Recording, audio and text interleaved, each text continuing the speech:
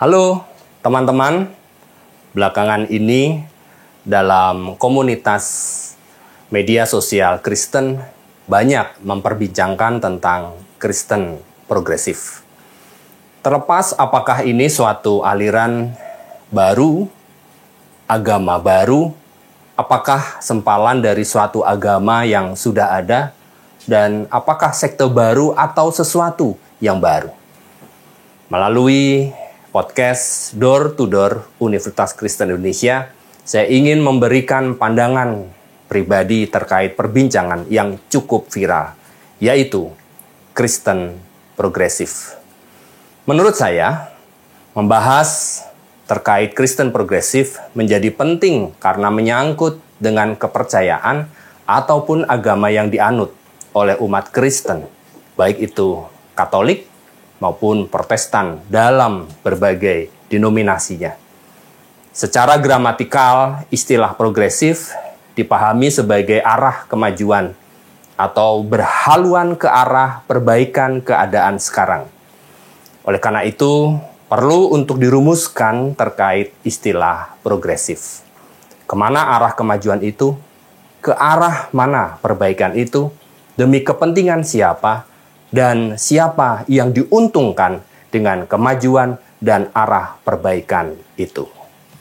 Saya kira ini yang perlu dirumuskan terlebih dahulu sebelum klaim ataupun pernyataan disampaikan.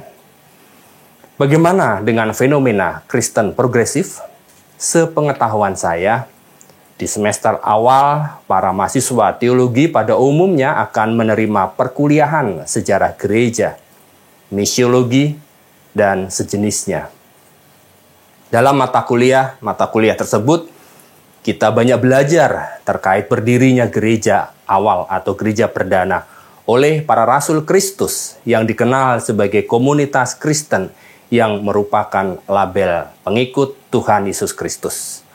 Pada perjalanan dan eksistensi gereja, sejarah telah mencatat sekitar abad 1 sampai dengan tahun 1600 banyak pergolakan dan pergumulan yang dihadapi oleh gereja. Sebut saja di tahun 451 yang dikenal dengan skisma atau perpecahan gereja, atau di tahun sebelumnya sekitar tahun 325 gereja merumuskan konsep ataupun pemahaman dogma Trinitas yang saat itu berhadapan dengan ajaran Arianisme. Tahun 1054, perpecahan di gereja Roma, Barat dan Timur.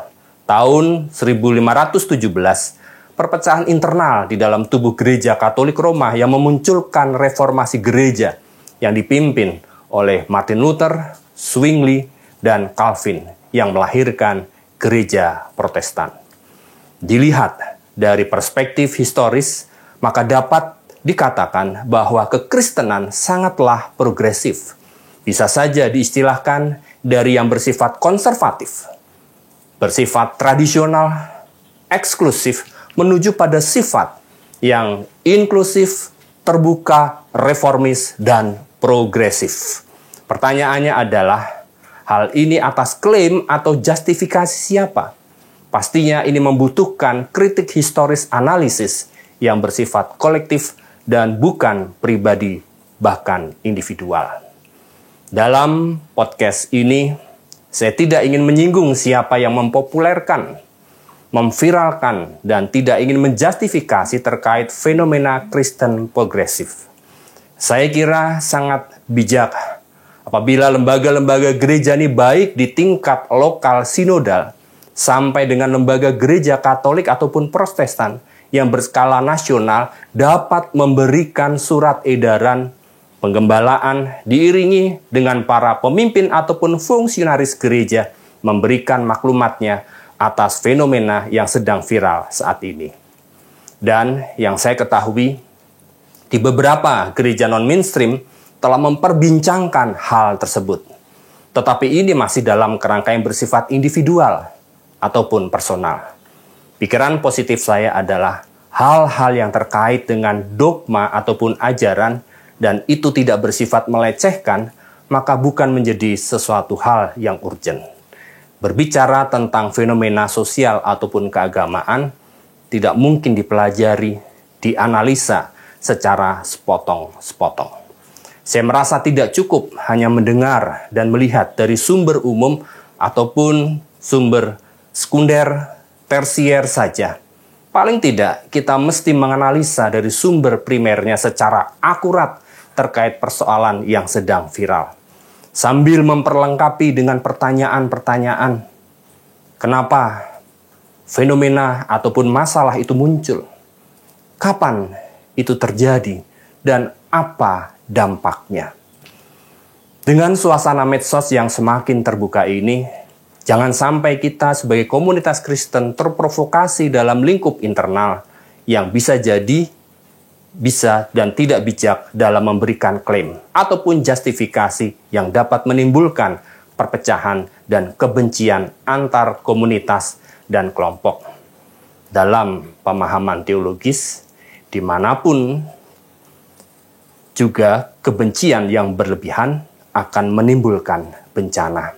Karena bila ada kebencian, maka iblis ada.